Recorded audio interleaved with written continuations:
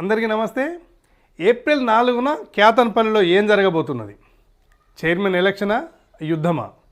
ఎందుకంటున్నామంటే కాంగ్రెస్ బీఆర్ఎస్లు ఎవరు కూడా తగ్గేదేలే అనే స్థాయిలో ఇప్పటికీ 50 రోజుల నుంచి వీరిటు శిబిరము వారటు కార్యక్రమాలు నడిపిస్తున్నారు.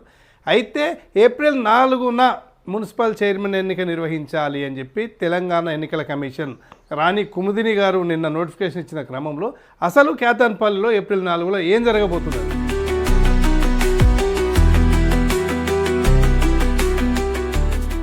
నిన్న రాత్రి 8 గంటలకి నోటిఫికేషన్ రిలీజ్ అయిన దగ్గర నుంచి కూడా సోషల్ మీడియాలో వేడిగా చర్చ నడుస్తున్నది. కాంగ్రెస్ మరి వదులుకుంటుందా, మళ్ళీ ప్రయత్నం చేస్తుందా, మరి బీఆర్ఎస్ సిపిఐ వాళ్ళు వదులుకుంటారా, అసలు ఏం జరగబోతున్నది, వీళ్ళని ఎప్పుడు తీసుకొస్తారు, కౌన్సిలర్లను ఎలా తీసుకెళ్తారు? ఒకవేళ అంటే ఎందుకింత చర్చ జరుగుతుందంటే మంత్రి గారు స్వయంగా ప్రెస్టేజ్ ఇష్యూగా తీసుకున్నారు. మంత్రి గారే కాదు, రాష్ట్ర ప్రభుత్వమే సీరియస్గా తీసుకున్నది.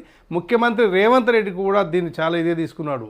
ఎందుకు అంటే అక్కడ బాల్క సుమన్ను కొట్టడమే లక్ష్యంగా, రాజకీయంగా దెబ్బ కొట్టడమే లక్ష్యంగా, అందులో భాగంగానే జైలుకు కూడా పంపినారని చెప్పేసి అంటున్నారు. సరే, అది తర్వాత విషయం.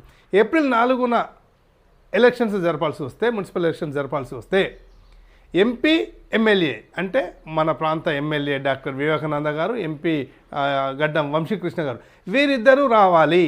వీరిద్దరు వస్తే మళ్ళీ పాత సీట్ రిపీట్ అవుతుందా? వీళ్ళిద్దరు వస్తే పాత సీట్ ఎందుకు రిపీట్ అవుతుంది? ఇది అందరి ప్రశ్న. కానీ అధికార పార్టీకి చెందిన ఎమ్మెల్యే, అధికార పార్టీకి చెందిన ఎంపీ, వీళ్ళకి ఒక ప్రోటోకాల్ ఉంటుంది. ఖచ్చితంగా పోలీసు బందోబస్తు ఏర్పాటు చేయాలి. లేదా ఇంకోటి, మళ్ళీ అందులో ఎలక్షన్స్ అనగానే 144 సెక్షను, బిఎన్ఎస్ కొత్త యాక్ట్ 163 ఏదో ఖచ్చితంగా అమలు చేయాల్సి వస్తే మళ్ళీ సేమ్ రిపీట్ అవుతుందా? మళ్ళీ కొంతమందిని అడ్డుకోవడం, లేకపోతే వీళ్ళని తీసుకెళ్లడం, లేకపోతే మళ్ళీ అప్పుడు ఏమన్నా అవుతాయా? అంటే ఏదేమైనా మళ్ళీ 2 రోజులలో కేతన్పల్లిలో ఉద్రిక్త వాతావరణం చోటు చేసుకోబోతుందా అనేది చాలా కీలకమైన చర్చ నడుస్తున్నది. అయితే ఇవన్నీ ఏం లేకుండా కోరం ఏదైతే ఉన్నదో, బీఆర్ఎస్కి 10, సిపిఐ 14 మంది, కాంగ్రెస్కి 7 అంటే 14-7 సరిపోయింది. సరే, ఇండిపెండెంట్ చేరింది కాబట్టి 8 అయినాయి.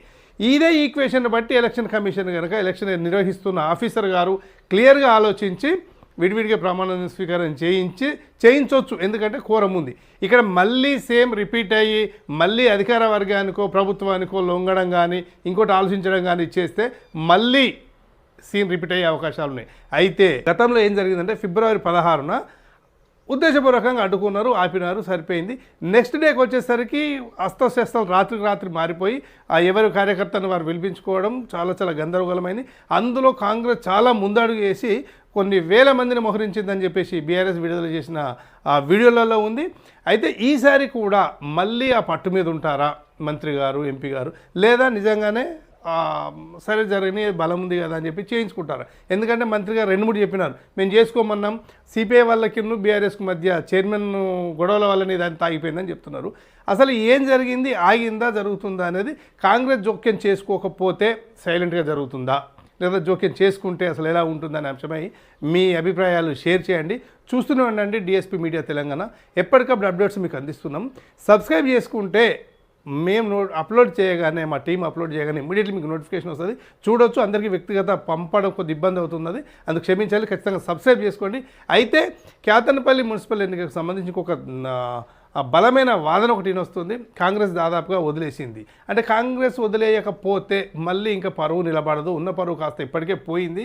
ఖచ్చితంగా ఈ విషయంలో గొడవ పెడితే ఇంకా మనకే డ్యామేజ్ అని చెప్పేసి పైనుంచి కూడా అంటున్నట్టు, లేదా వీళ్ళలో చర్చ జరిగినట్టు తెలుస్తుంది. సరే, లోకల్ నాయకుల వల్ల జరిగిందా, మంత్రి గారికి తెలిసి జరిగిందా, తెలియక జరిగిందా, ఎంపీ గారికి ఏం జరిగిందా అనేది పక్కకు పెడితే ఇంకొక కీలక అంశం ఉంది. ఇది అందరూ గుర్తు చేస్తున్నారు. కౌన్సిల్ హాల్లో జరిగిన ఇష్యూకు సంబంధించి ఇప్పటివరకు వీడియో ఫుటేజ్ బయటికి రాలేదు. వీడియో ఫుటేజ్ బయటికి వస్తుందా రాదా, అసలు ఎందుకు ఇంకా లేట్ చేస్తున్నది? దగ్గర ఇప్పుడు ఏప్రిల్ అంటే ఇవాళ మార్చి 31 అంటే ఈ 31 రోజులు, అటు 17 రోజులు, దగ్గర 48 రోజులు అవుతుంది. సీసీ ఫుటేజ్ ఎందుకు ఇంకా బయట పెట్టడం లేదు? ఏది ఉద్దేశపూర్వకంగానే జరుగుతుందని చెప్పేసి అందరూ ప్రశ్నిస్తున్నారు. ఒకవేళ ఆ వీడియో అంటూ బయట పెడితే ఏం జరుగుతుంది, పెట్టకపోతే ఏం జరుగుతుంది? ఎందుకంటే బాల్క సుమన్ గారు కూడా ఆరోపణ చేశారు, చెక్ బుక్ తీసి చూపించారు మంత్రి, అంటే ప్రలోభ పెట్టడానికి ప్రయత్నించారు. ఎట్ ద సేమ్ టైం మా మహిళా కౌన్సిలర్ల మీద అసభ్యంగా చేతులు వేశారు, అంటే ఒకళ్ళగా తోపులాట జరిగిందని చెప్పారు. బాల్క సుమనే కాదు, గౌరవ మంత్రి గారు కూడా చెప్పారు మా మీద దౌర్జన్యం చేశారని. అందుకోసమైనా సీసీ ఫుటేజ్ బయటికి రావాల్సిన అవసరం ఉంది. ఈ దిశగా అందరూ డిమాండ్ చేయాలని చెప్పేసి కోరుతుంది. ఎందుకంటే మంత్రి గారి మీద కూడా దౌర్జన్యం చేసినారు అంటే ఏదో జరిగి ఉంటుంది లోపలని అందరికీ అనిపిస్తున్నది. ఎలక్షన్ ఆఫీసర్ గారు కూడా ఎట్లా అంటే పారదర్శకంగా చేయాలి. మళ్ళీ ఇంకో ప్రధాన డిమాండ్ ఉంది. ఈసారి ఎలక్షన్స్ బహిరంగంగా అంటే అంతకుముందు జరిగినట్టు ఓపెన్ అన్ని ప్రాంతాల్లో జరిగినట్టు ప్రమాణ స్వీకారం ఏమున్నది, ఎందుకు అంత చీకట్లో చేయాల్సిన అవసరం ఏంది, పబ్లిక్గా చేయాలని కోరుతున్నారు. అలాగే ప్రింట్ అండ్ ఎలక్ట్రానిక్ మీడియాను ఖచ్చితంగా అలో చేయాల్సిందే అని డిమాండ్ చేస్తున్నారు. ఒకవేళ ఈసారి అలో కనుక చేయకపోతే అందరం కూడా దానికి సంబంధించి తగిన కార్యాచరణ కూడా రూపొందించుకునే అవకాశం ఉంది. ఎట్టి పరిస్థితుల్లోనూ అధికారులు ఈ విషయమే ఆలోచించాలని కోరుతున్నాం. అలాగే పబ్లిక్ కూడా ఎప్పటికప్పుడు అప్డేట్స్ చూస్తూనే ఉండండి. మీకు డిఎస్పీ టీం కేతన్పల్లి ఎలక్షన్స్ నుంచి ప్రతిదీ నోటి మాటలు చెప్పడం కాదు, ప్రతిదీ ఎవిడెన్స్తో సహా చూపించాం. ఇప్పుడు కూడా ఈ 4 రోజులు కూడా అలాగే చూపించే ప్రయత్నం చేస్తాం. చూస్తూనే ఉండండి డిఎస్పీ మీడియా తెలంగాణ.